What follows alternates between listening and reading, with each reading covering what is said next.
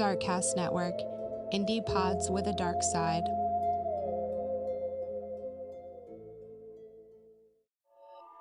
You are interested in the unknown, the mysterious, the unexplainable. That is why you are here. 3, 2, 1. Spook. We are gathered here as advisors, as scientists. The kind of place we expect a ghost to like to wander around. Hey, we all know how we're gonna die, baby. I'll help you. I'm something of a witch. Welcome to Mission Spooky. I'm your fantastic host, JC. With me today, as per usual, the queen of everything herself, Kiki, and our local cryptid enthusiast, Cord. How you guys doing today? I'm doing great. How are you? You guys never ask me how I'm doing. I'm wonderful. I'm very tired. Hi, very tired. I'm Jeremy. Nice to meet you. Fucking got him. I hate you. But why is he tired? It's a lame excuse why he's tired. I am tired because I was up all night working. Okay. But On- also, I had to go on an excursion to find a PS5. Yeah. I have zero empathy. Because my PS4 is dying. No. I'm still over here with a PS3. It's so funny. And an Xbox 360. The last one I owned was a PlayStation 2. I was real good at the Star Wars Battlefront 2 game. Welcome to the really old people video game cast. I remember. Back in my day. remember playing Might and Magic 3. Oh, that was a good game. It is a good game. I still play it. I still play it. It was a good game. Pong was so challenging. Bruh. Bloop. That game's Bloop. older than me. Bloop, bloop. Bloop. So am I. I know. There, I She made is fun of my older own stuff. than everyone. Yes, I'm an old fuck. Hey, we're gonna be kind of talking about Ohio in a roundabout sort of way. I made a promise on Twitter, and I'm gonna keep that promise because I was really, really angry about what happened the other day. It's been a few days. Well, by the time this airs, it's gonna be a week ago. But I'm still gonna complain about it. Damn it, because I said I was gonna do it, and I always do what I say I'm gonna freaking do. And News Nation reporter Evan Lambert got arrested while he was covering Republican Governor Mike DeWine's speech, which he was getting ready to lift the ban on residents being able to go back to East Palestine, Ohio, after the train crash that was releasing chemicals. Oof. It was a bullshit arrest when it happened. There's video of it. You can go watch it. They're bringing up criminal charges against him, saying that he was belligerent and that he wasn't listening, that he was speaking too loud, and he was being disrespectful to the governor, which clearly is not happening in any of the videos that were taken, not by the one that was being taken of him while he was trying to do his job as a reporter, and definitely not any of them that anyone on the outside took. It's all there.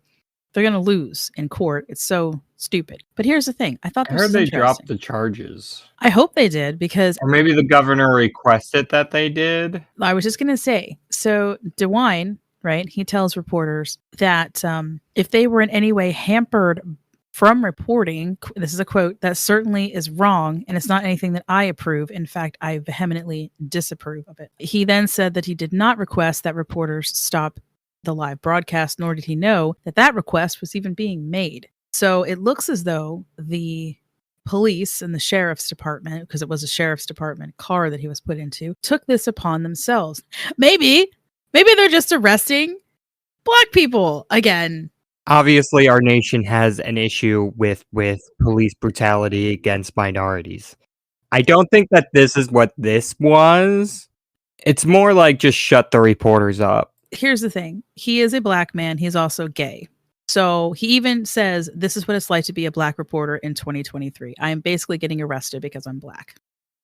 Yeah. The reason I say that is because other white folks have been reporting on this. I don't know if anybody's going to, I say keep up with this because this is very interesting. There was a burn off that was done, a controlled burn off. Supposedly. Yeah, right. But they allow people to come back, but animals are dying.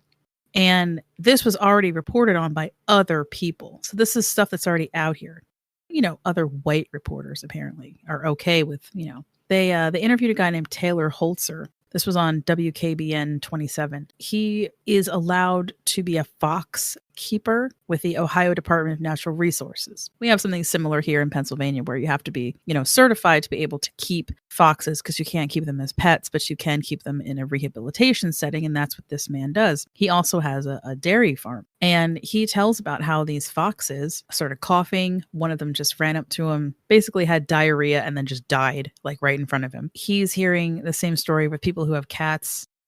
So it seems to be really affecting smaller animals and birds. People are coming home from being on quarantine from their homes and then finding their smaller animals are dead. Yeah, not cool. Yeah, the type of gas that got out. Oh god, fucking big science words aren't my thing. But it's like what is it? It's the stuff that they use to make PVC. Right. Before this incident, the largest incident of this being like an issue or a spill of this chemical was like the equivalent of like one train car, and then this was, I believe, 5 or 6. One of the things I heard was the controlled fire didn't actually get rid of it as much as it just put it up in the sky, and then it could rain acid, which sounds super fun. Vinyl chloride is the fancy word that you're looking for. I'm not a smart man. Meaning it's partially chlorine. Yeah. Yeah, chlorine's bad juju. This is very close to the Pennsylvania border, and the class action lawsuits right now also involve Pennsylvania residents as well as Ohio residents. Me like train. But me don't like when train fall over. Right, exactly. Train fall over, not good. No, it's not Train good. need to go choo-choo roll, then train good. Right? I said that right? Yes. Yeah, yes. Scientifically very, very correct. Moral of this long-winded story from Kiki is cord like train. Kiki like train when train go, not when train not go. Train not going is not as good as train go. Especially when train abruptly not go. Very, very bad. Except for an Ant-Man, because that shit was hilarious. Nice. Just the wee. Anyway, yeah. So I at first I thought maybe they were just trying to do a cover up, but here's the thing: this is how conspiracies begin. Because you arrest this one reporter, you're like, dude, that guy's been there literally all week doing a great job reporting on what's been going on with a bunch of other people. So why single him out? That's kind of weird. But then I thought maybe they were just trying to cover up that they let people come back too soon. But I'm like, I don't know. Yeah, I think someone might be getting in a lot of trouble. Yeehaw. I hope it's the Norfolk Train Company. I hope that they all the CEOs of it get put into this chemical spill, and God. they just have to deal with it. Oh. I hope the person that gets in trouble from this is JC. Fuck CEOs. He's like, take it or leave it. Okay, JC, what do we teach you about not putting bad people into chemicals? It creates what now? Wait, what was the question again? It creates the Joker. Creates supervillains. We don't look if you Yeah. put CEOs in chemicals. See, the Not error good. that they make with that is they let them out of the chemicals. But if they get superpowers, they will probably be able to get out on their own. Just shoot them faster. Just don't want to take that chance. Like, isn't Clayface like actually the chemical? So how does he get out of the chemical? Figure it out. I don't know. That thing is right, and hear me out. In the real world, put the rich people who caused this disaster in the fucking environment that they destroyed because they were too cheap to fucking keep their trains running safely. Wow. Okay. Now we're like union podcast. Yeah. Hey, I'm in. Well, hold up. Let's go back. JC has some very strong opinions about things. I do too about stuff like that, but I don't share them publicly. Anyway, just wanted to get that out because I told Ohio that I was going to talk about it. The whole state of Ohio. You told I was Ohio. gonna say, like, you went to I did. all of Ohio. When I put a hashtag at a state, I expect the entire state to know what I'm talking about. Wow. Yeah, that makes sense. It does. So just hashtag every state every time you do it. Then I just put the U.S. if I want all states to listen. If it's just, Oh yeah, my it's gotta be God. very specific.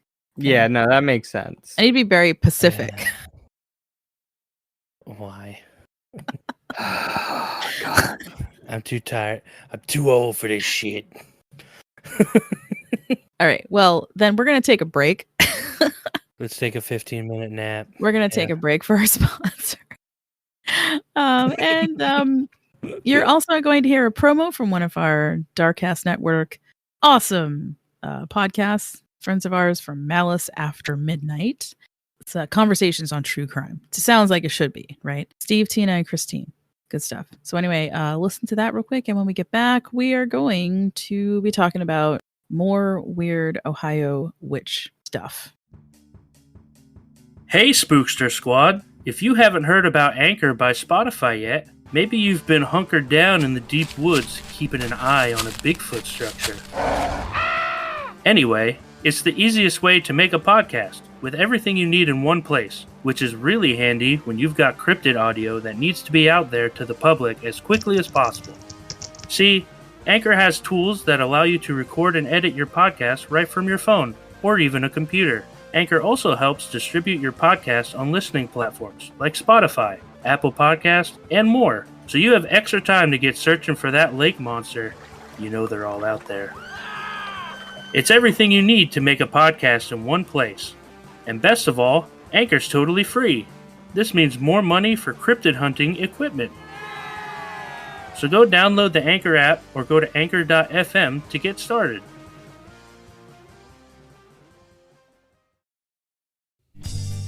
We're Malice After Midnight. A podcast that focuses on true crime. We want you to feel like you're part of the conversation. And sometimes we deal with pretty dark subject matter. But we always manage to have a good time. She dragged the body into a closet before she bled the body out and cut it into 9 pieces. 9 pieces, okay. Now the Christine's following... counting arms and legs. There's 4, 2 arms, 2 legs. I mean, I'm counting. The head is a piece. 4, 5, cut the body in half. That's 6, 7. There's 2 more pieces. I'm not sure. Maybe she cut the feet. 2, 4, 6, 8, 10, 9, and the head, and left the body. So hands, feet, legs, arms, head, body. Shoulders, knees, and toes. Knees and toes. So check us out. We're Malice After Midnight with Tina, Steve, and Christine. One of you bitches. Welcome back.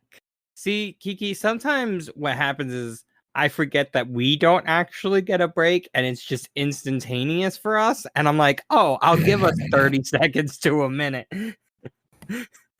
I'm not a smart man. Hey, JC. Are you going to do your joke now? Hey, JC. What, Cord?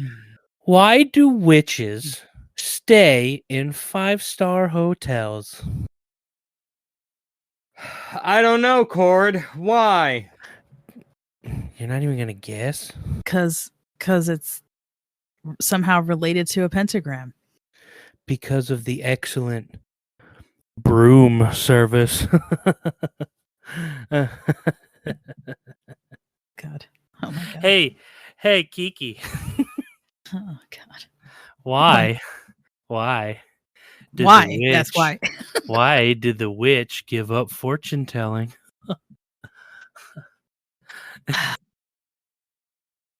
Because she couldn't tell which witch was which. No, that's a good answer, but no. Thank JC, you. Thank you. JC, anything? Why did the witch give up fortune telling? Come on, this is a classic, dude. A classic. I don't You're I gonna don't slap know. yourself. She gave up fortune telling because she didn't see a future in it. Bap. Yeah, I knew that. I'm dumb.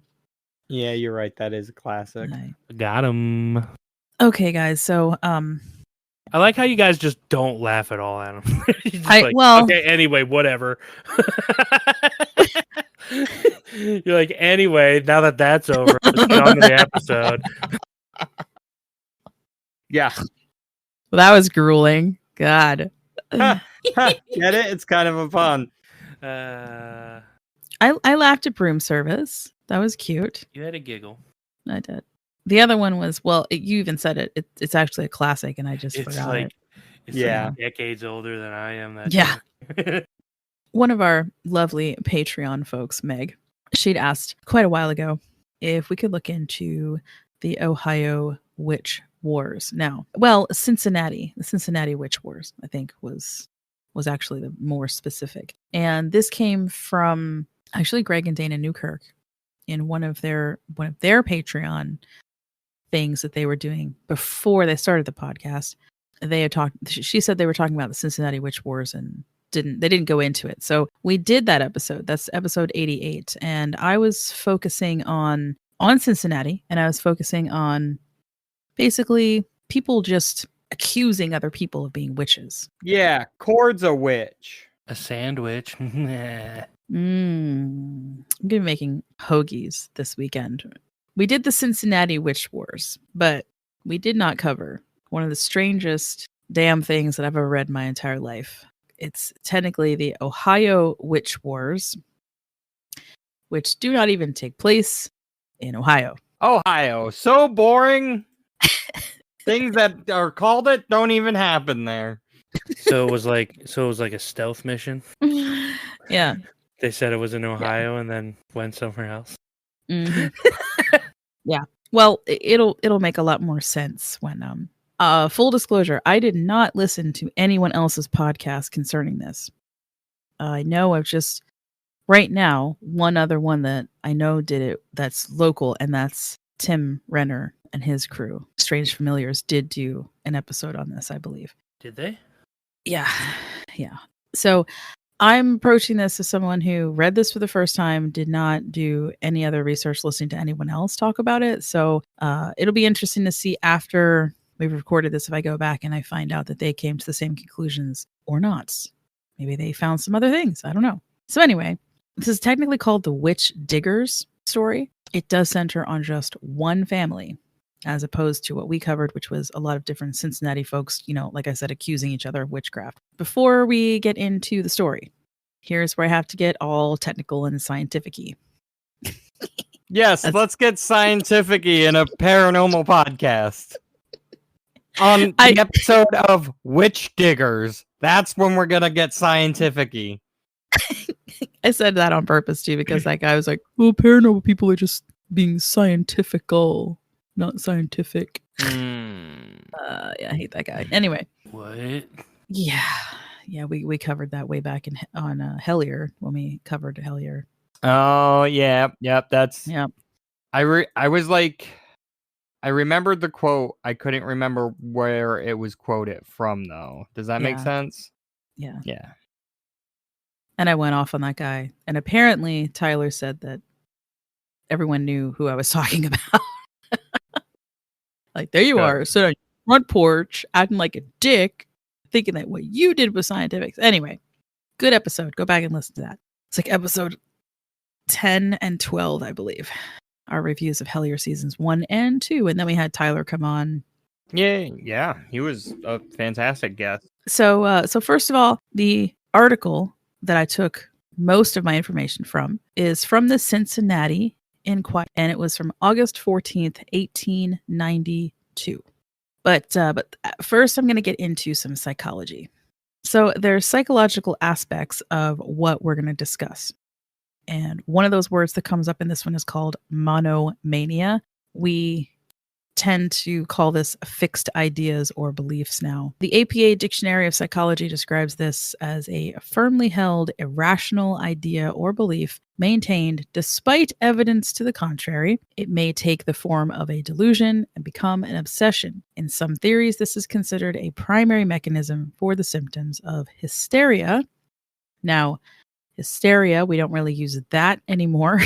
Now you use conversion disorder, and that kind of goes hand in hand with somatoform disorders, histrionics, and hypochondriasis. Of course, that's when you believe that something is physically wrong with you when there's actually no biological evidence to support it. I don't think I need to explain too much more about being a hypochondriac. And then some of these psychological issues can be attributed to childhood trauma and personal tragedies, especially histrionics it's one where I've personally dealt with people who've been diagnosed with histrionics, and it goes anywhere from just an actual childhood traumatic thing happened to them to how they were raised when they legit did not get attention from their parents, or it was so negative. That to me also falls in with childhood trauma. So keep all that in mind as we go on. Any questions about the psychology behind what we're going to talk about?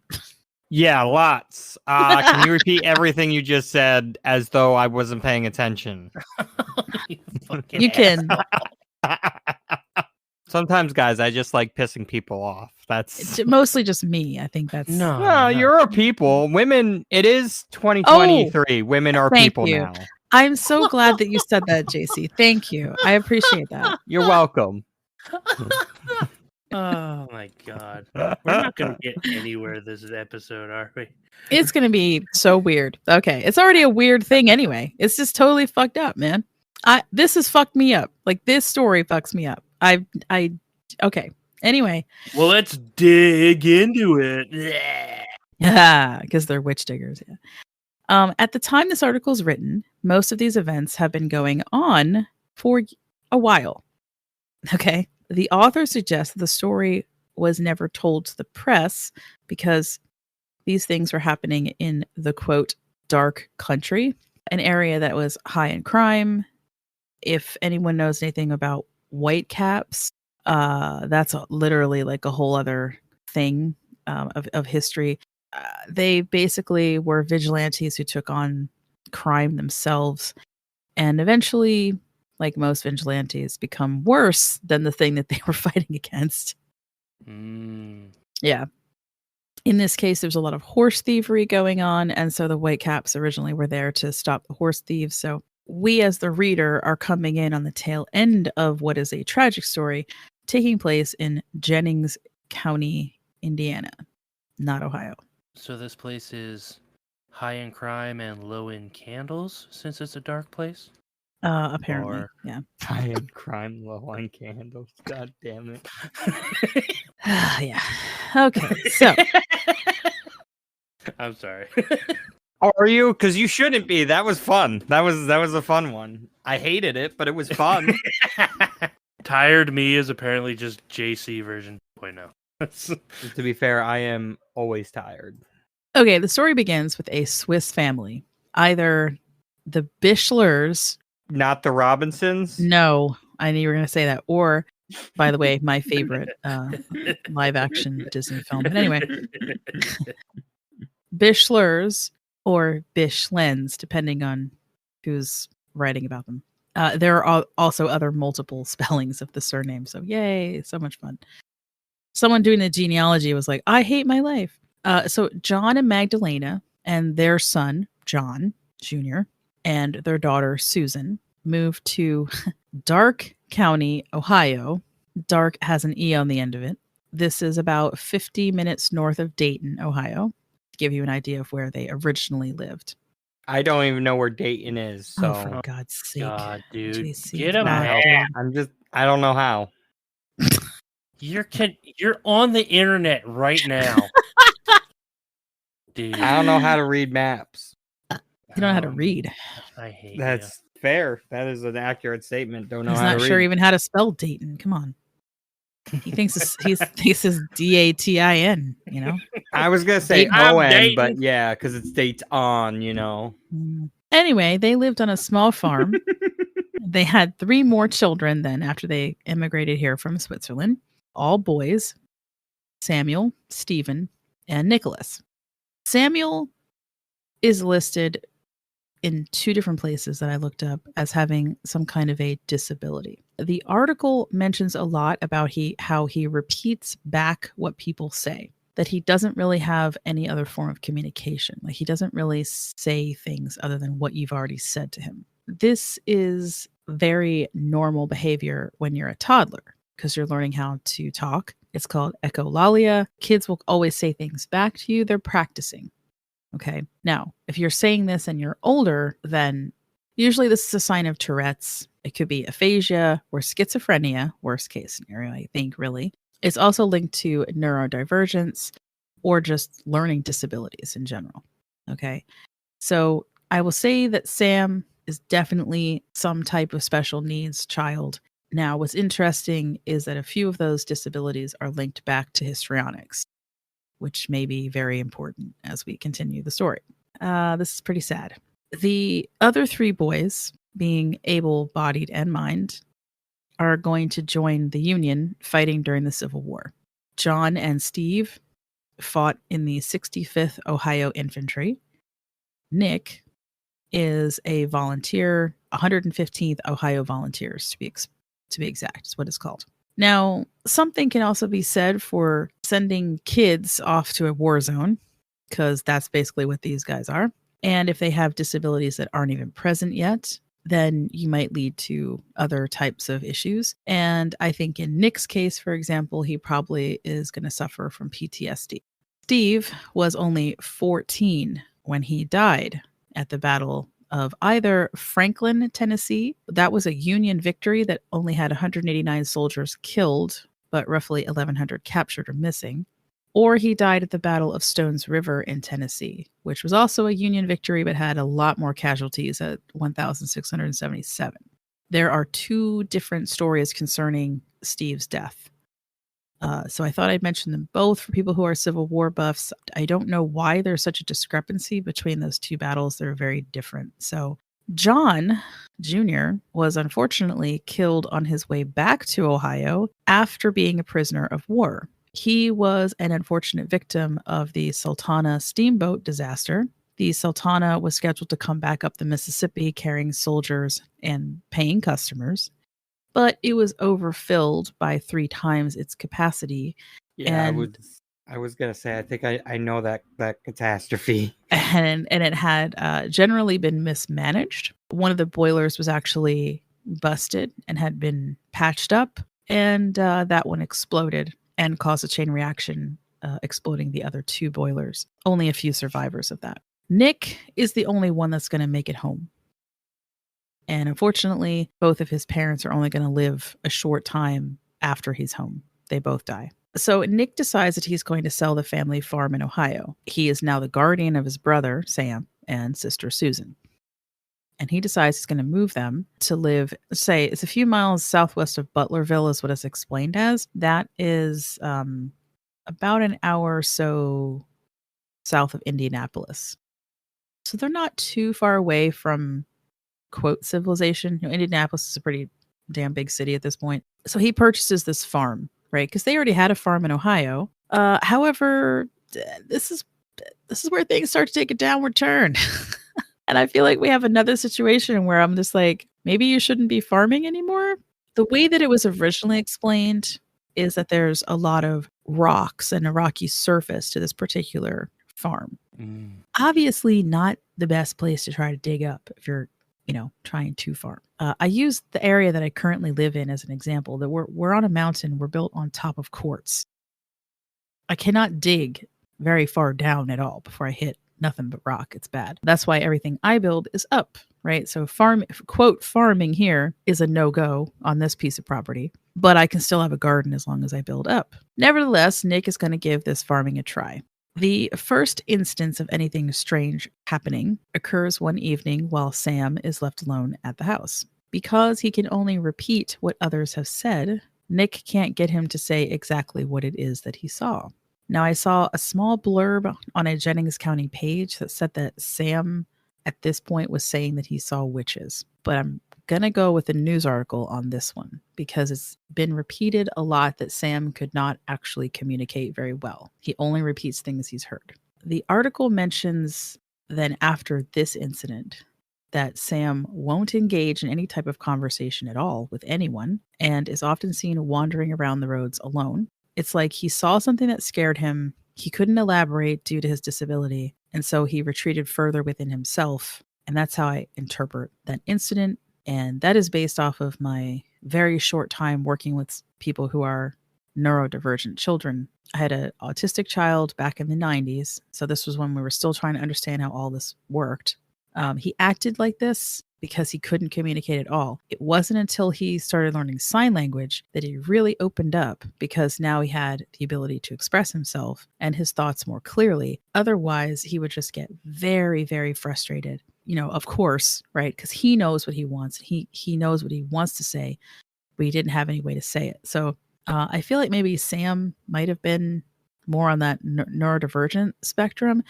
And it sounded like, he did see something that really scared the shit out of him, and he just couldn't say what it was. Right. The next incident occurs with Susan. She goes to a next door neighbor, and she is upset because, and I'm not making fun, this is how it's written, Vitches got Nick. Whenever they have how she talked, it's very much with almost like seems like a cross between being Swiss and how we would describe a Pennsylvania Dutch person speaking. Yeah. Right? Okay. So while she is at this neighbor's house, Nick appears to take her home. He just comes trudging up like, where were you? Why are you here? He seems very frustrated with her for bothering them. And while she's just claimed that witches came through a window and choked Nick, he does not appear to be hurt in any way. Just very frustrated, exasperated, really, that he's having to come all the way out to get his sister. He mentions to them that she must be dreaming, that maybe she fell asleep and she's dreaming. I don't know why, but my first thought about that was that he was actually projecting that maybe he was the one that was asleep and he had some kind of PTSD episode. Interesting. Right? Like, what if that was what it was? And so she thinks witches got Nick. Maybe he's screaming his head off and acting like some invisible force is attacking him. So if Sam's already talking about something that came through the window, or at least pointing to the window, right? He's not actually saying anything. Maybe she didn't know how to handle seeing her brother having a breakdown. So she thinks the most logical explanation must be witches. Now, some of you people out there might be like, that's ridiculous. But let's take a moment and have a moment of silence for literally like the 10,000 people that Switzerland killed because they thought they were witches. This is the 1880s, but the idea of witches are still real. They're scary. They're a threat. Yep. And even in this area, I'll also remind everybody that the hex murders in Pennsylvania were going on in the 1930s. It's the 1880s. People are still... That ain't that long ago. No, that could just be a very much like ingrained concept from, dare I say, quote, the old country, that witches are evil, they're bad, they need to be dealt with. That might just be where her head went because she has no other way to explain what the hell she just saw her brother go through. Susan, however, does continue her rants about witches to all the neighboring farmers. Some of these are very interesting. Sometimes she says that women appear with long faces. The article is missing a couple of like letters right here. I think the word was supposed to be hairless. So they're hairless women with long faces and they're barefoot. I don't like it. Right? I don't like it either. It's kind of... She also claims to see monkeys with human faces that come into the house and disrupt everything. Like they knock things over, that sort of thing. Right. And then there's also the large snakes that appear and they spit venom into the house. That's a little different. That's an odd one. She insists that these are all different types of witches. When Nick is approached by all of these neighbors and they say, how about you kind of calm your sister down and sort of belay her fears of, witches. This isn't really happening. His answer back was, what if she's right? Ooh. quote, actually. What if she's right? I was like, ooh, okay. That's not frightening at all, right? I mean, I could see this being made into a film and just having that eerie moment where he turns and he's leaving and he looks at these people and he's like, what if she's right? And then just turns and walks away. Like, I'd watch it. Right? Yeah, I'd watch that movie. Yeah, for sure. So I don't really have a clearer idea of exactly how quickly these things happened in succession. I call this a descent into madness for all three of the Bischlers. To me, this is very frightening, but this is the list of things that occurred, and this is the list that it occurred in this order. Okay. But I'm not really sure of the timeline as far as how much time went by in between each one. It honestly feels like this all happened within maybe like a month's time based on the news article. Okay. First, all three are seen down in what the locals call the Rocky Ravine. They are using an axe to dig up stones and look for what Susan calls witches. Again, that's her accent, and that's how it's written. They are seen by a hunter at one point who does approach them, and he finds out that they are looking for witches to get rid of. Just leaves it at that. Well, you kids now have some fun. Don't be out too late. Yeah, no, I get it. Yeah, I feel like at this one, you're coming up on them. This is the first time that anyone's seeing them. They probably are like okay looking at this point since it's the first incident. And so I feel like the hunter was probably exactly like, okay, well, I'm just gonna go walk over here now. Like, you guys have fun with that, Goddamn kid's gonna be scaring the deer away. They abandon their home sometime after this and take to sleeping on the rocks down in the ravine. The farm becomes neglected to the point where their animals starve to death, and they will blame the witches for that. Not cool, man. They begin to take trophies of the witches. For example, any animal that dies on the farm becomes a trophy.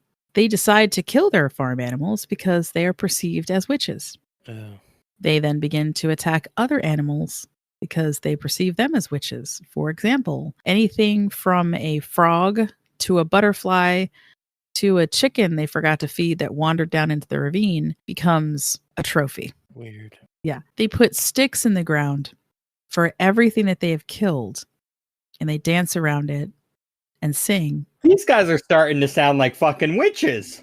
Apparently, victory songs for all the dead witches that they've killed.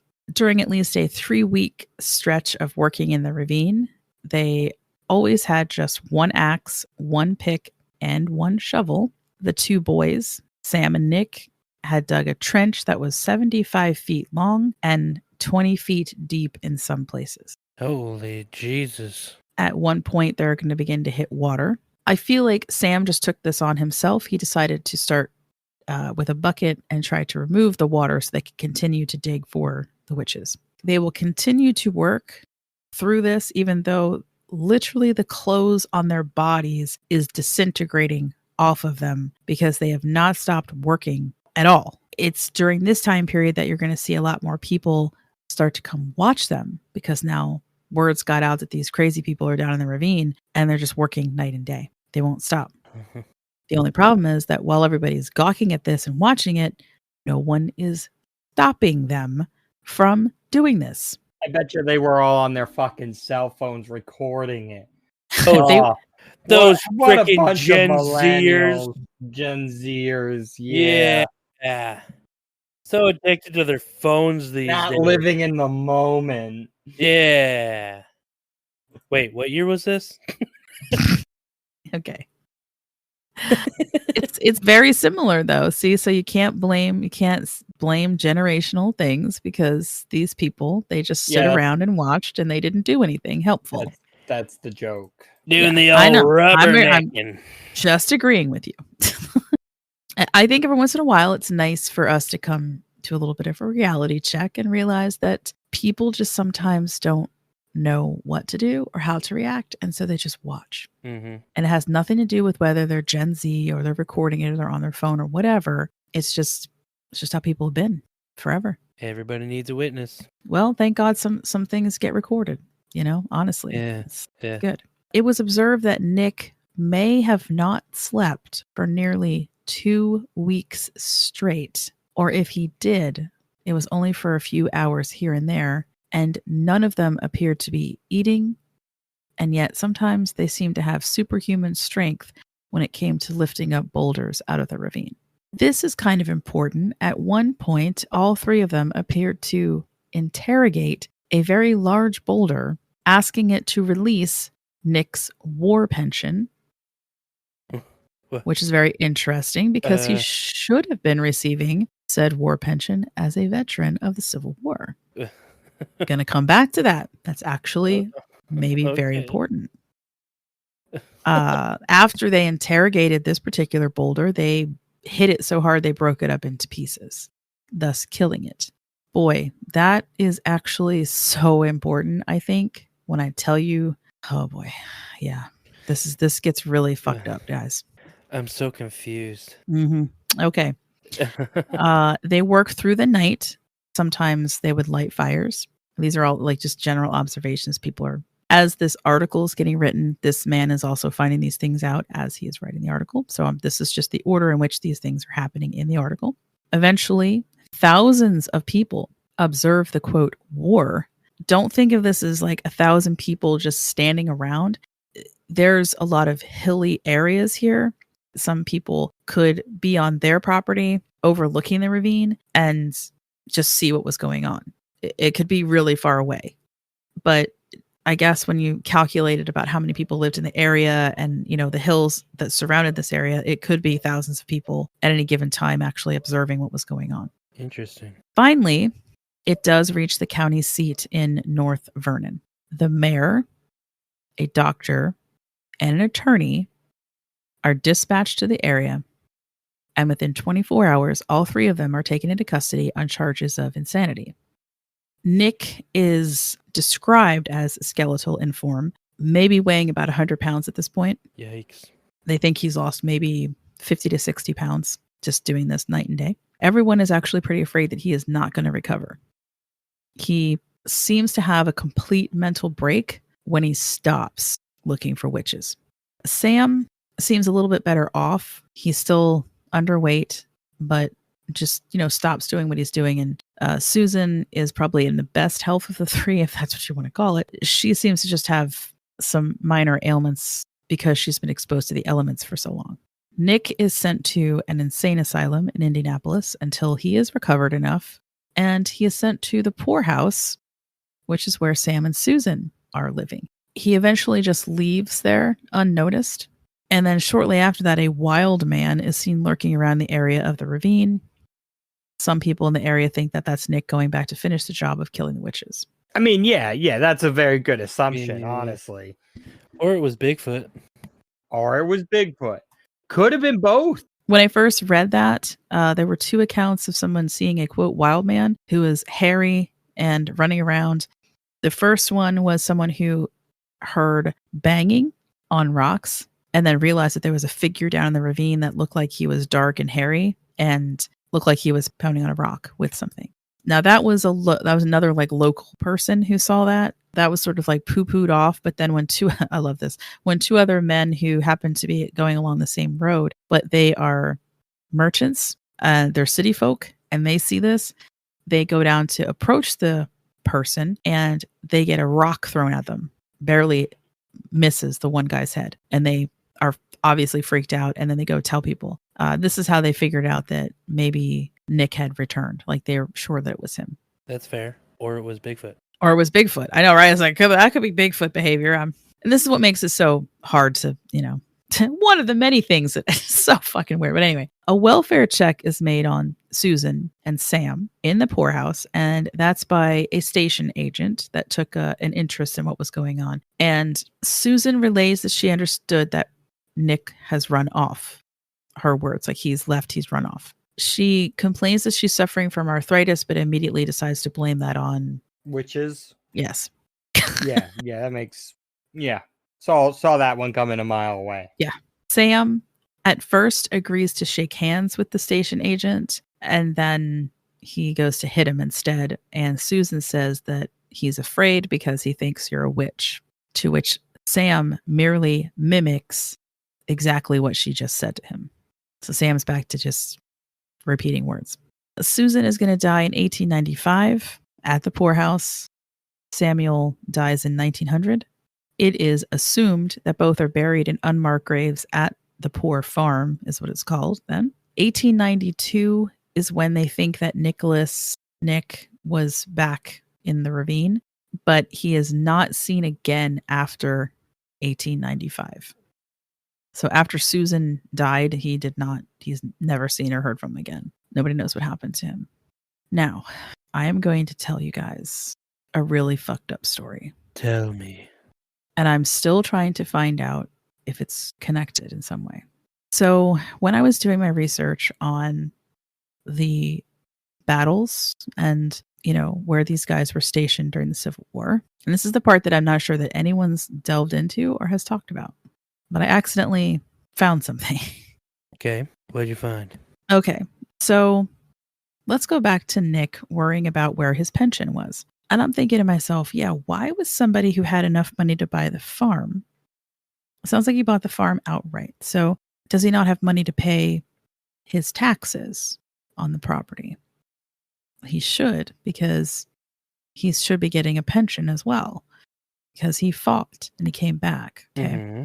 So I do a little digging on what 115th Ohio Volunteers, that regiment, what they were doing. And it's all mundane stuff. A lot of them weren't actually involved in any kind of real fighting. A lot of it was that this was made up of mechanics and skilled artisans. And so a lot of it was patrolling and protecting of things and going to places that needed both protecting and maybe also fixing. So I was like, oh, that's very interesting. And then I realized that, they did some work in Tennessee. They were in Murfreesboro, Tennessee. That's interesting. There's a connection there with the battle in which his brother possibly was killed in, little 14-year-old brother. Which battle was that? The Battle of Stones River in Tennessee. That's near Murfreesboro. Gotcha. So I'm just that's interesting. That's interesting. Okay, fine. La la la la. And then I scroll down to the bottom, and I get to something called violation of the law of war. And it tells me about how a patrol, Company K, was accused of torturing a Confederate dispatcher. He was a scout, a man by the name of DeWitt Smith Job. He was a member of Coleman's Scouts. He was captured in 1864 by a patrol from the 115th. He swallowed his dispatches, and when he refused to tell them what he had observed, what he was about to tell Confederacy, they tortured him. Ultimately, they gouged both of his eyes out, cut his tongue out, and then tied him to a horse and dragged him to death. Not cool. They then took the body and tied it to a tree upside down to send a message to the other Confederate scouts in the area that this was what was going to happen to you. Oof. Okay, I was like, Company K. I look into some national archives and I find out that Company K was made up of people from the same county in which Nick was from. And I also can't find any evidence that Nick was in the 115th in the National Archives. And then I realize that someone who was dishonorably discharged would not receive a pension. And there it is. And then, as I am doing research on the Sultana incident, technically speaking, this has most likely been taken off the plate as far as an actual thing. But there was talk that DeWitt's cousin, I believe, he turns into a killing machine. He does the same thing with Union soldiers. He tortures them. He just outright kills them, shoots them in the back of the head. He's, committing war crime after war crime, doesn't care because of Job dying the way that he did. Yeesh. There is a tiny little bit of speculation that he had something to do with sabotaging the Sultana because there was someone else on that ship that he wanted dead. JC. No. It was probably one of the several hundred people that the Satana was not supposed to have on it. Because it was not... what'd you say? 2 or 3 times the amount of people were on it than what was theoretically safe at the Last- time. Last time I checked, I don't think JC was supposed to be on it. So checks out. There's another man that is on that boat that was also supposedly in prison, that he's let go. He thinks that that guy is on that boat. Retro. And he wants him dead, even though the war's over. Did he blow up the boiler? That he sabotaged it. Uh-oh. What if he did have something to do? Only because when I was also studying about the Sultana, the men that ran that ship were kind of pieces of shit in that they took a lot of money and didn't do their jobs. Yeah, like, we've reached our capacity.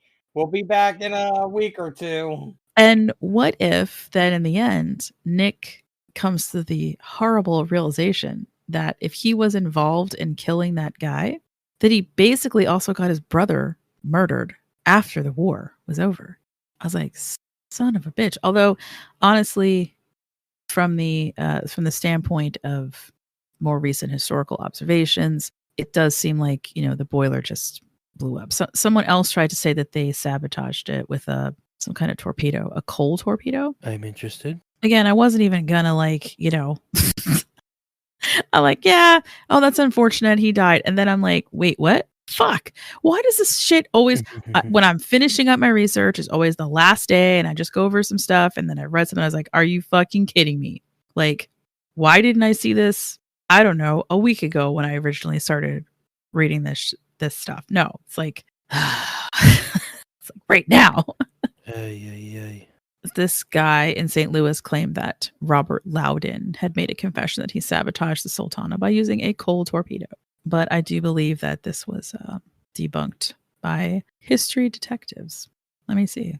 And hear me out on this. Aren't all detectives kind of history detectives? No, shush. Quartermaster Hatch winds up being the culprit, really, for that one. He just took a great deal of money and he let everything go. And what sucks is that there was no accountability at all for what he did, because he had friends in high places, as in President Lincoln and General Ulysses S. Grant. So those are pretty high places. Yeah, that's actually not a bad theory. That what if DeWitt's cousin just paid this guy off to, hey, can you just let that go?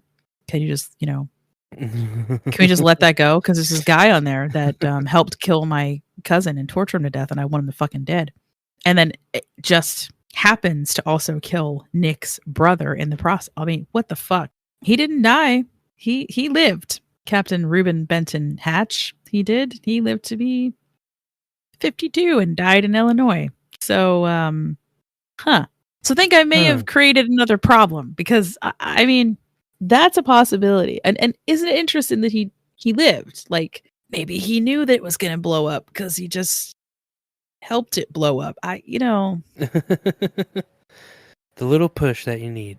And then I was thinking back to, oh my God, he interrogated a stone that he then broke up into pieces. When you put it that way. Feels like he may have done this before. Was he in Company K? Did he get involved in that stuff? Why can't I find his name in the archives? So Spooksters, I'm currently going through the National Archives of the Bureau of Military Justice court-martial cases. There's a lot of pages because I caught this like way late. I'm only on page 19 of 1,777. So I might have to let you know in the future if I do find Nick Bichshler is actually on the list of people who were court-martialed for, torture.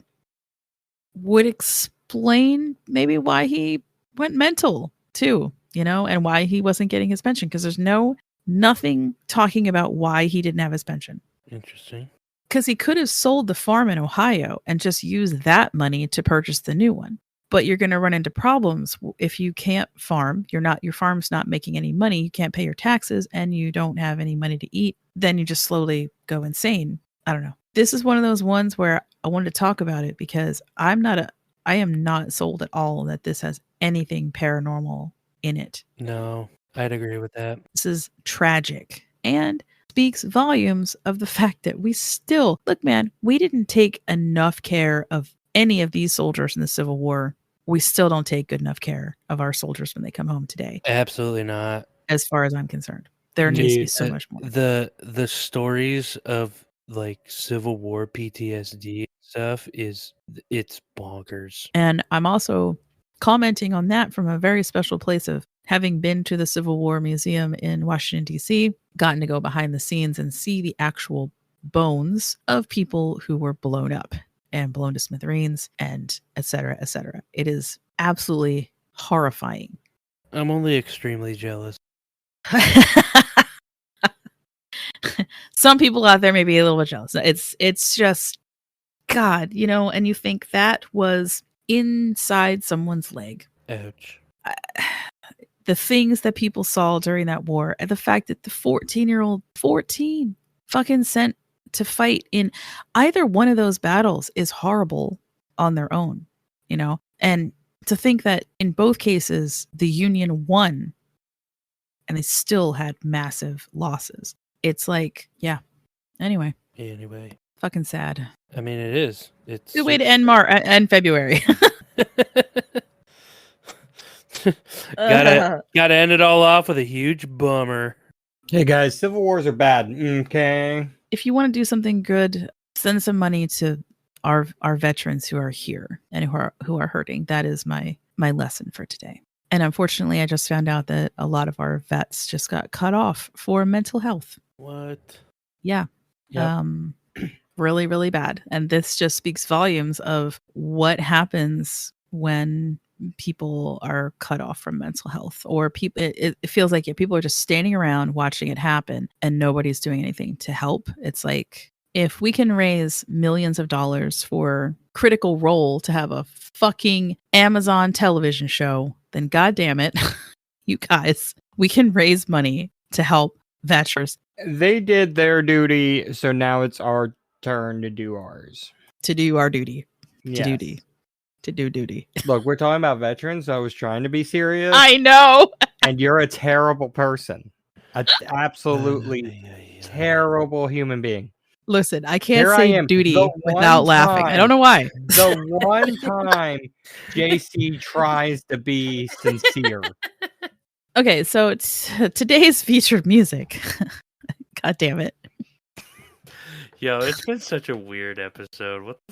What are we even talking about, man? People are interrogating rocks, man. What the fuck are you talking about? I know, I'm so confused. That's a totally confusing episode. We just did a whole episode about 3 people who just dug a really big fucking hole, and everybody got real concerned about it for a while, but didn't do anything.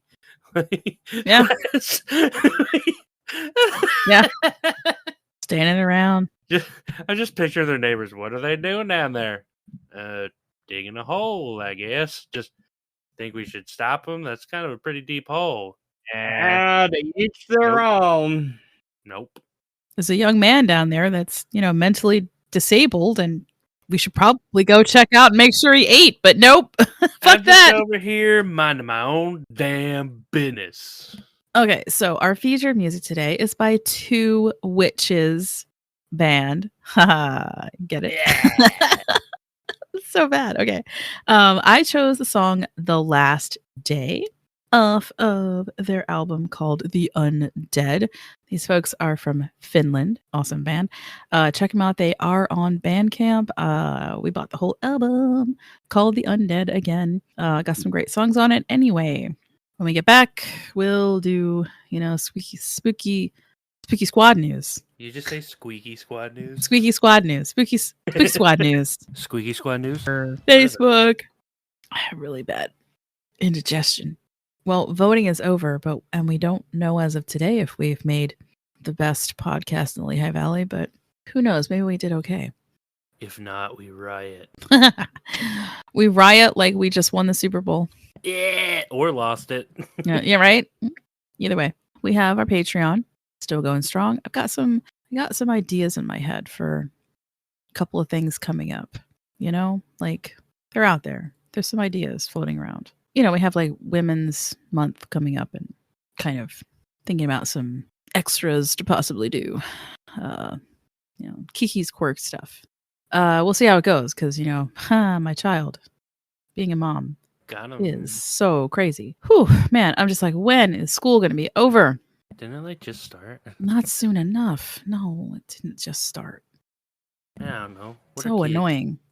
The kids are fine. It's school's annoying. Oh my God. I literally am like, my chest is on fire. I need to take an acid. I need to drop acid. There we go. Especially after this episode. Whoa. Jeebus. Hey. Man, I am Whoa.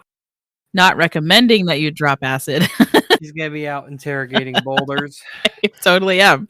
There's plenty of them out here. I just, where's my money? Give me my money.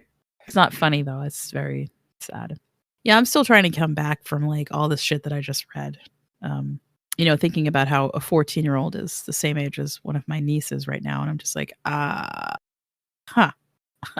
no. Child labor laws. Stop, are not ruining labor. this Stop country. sending children to war. How about we do that first? Look, you gotta do what before you we gotta. before we get into another tangent. Yeah. Is there anything else important going on? I don't know. You probably just came off of we did a special thing. It's going to happen again this month, in March, where we kind of did a back-to-back episodes because we had Valentine's Day. So I wanted to put out a special kind of Valentine's Day episode, which was our Resurrectionist episode. You're welcome. And then we also I did a segment for our Darkcast network spotlight on crime and passion, perhaps. So I hope you listen to that because I picked the Jesse Strang case from New York. That's from the 1800s too. It's a crazy story.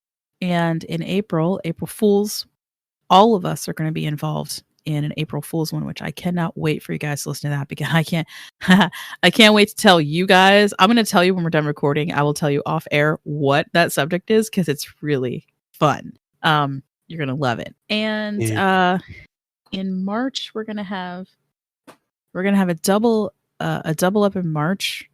So you're going to get this episode and you'll get another one right away next week. And that is because one of the bands that we are promoting next month, Jen and the Degenerates, they're going to have a show, I believe. Well, I'll know definitely where it's at. I'll mention it in the episode, but it is, I believe, in Manchester. So our UK listeners, which are actually quite a few of you, thank you very much, UK. Yeah, you might be interested in that show, Jen and the Degenerates, and it's spelled GEN. So check them out. Check out the website, and you'll see exactly where they're going to be playing in March. But we'll have the actual dates and the locations mentioned in those episodes specifically. Gotta say, top tier band name. Right? Oh, Jen is so awesome. That's a good band name. Yeah, she's just fucking cool as hell. She has they have a TikTok, and then she'll post a lot of that stuff on Instagram as well. And I just really like her. I like listening to her. She's got a lot of really good stuff, good uplifting things to say too. She just did one about just being in the music industry and made some really fantastic points about like not putting yourself down because you don't really know where some of these bands came from. You know, you might think that you're doing worse off than everybody else. Then you realize, oh, they have a leg up because their dad played in a 90s punk band that you never heard of before. I was like, yeah, you never know.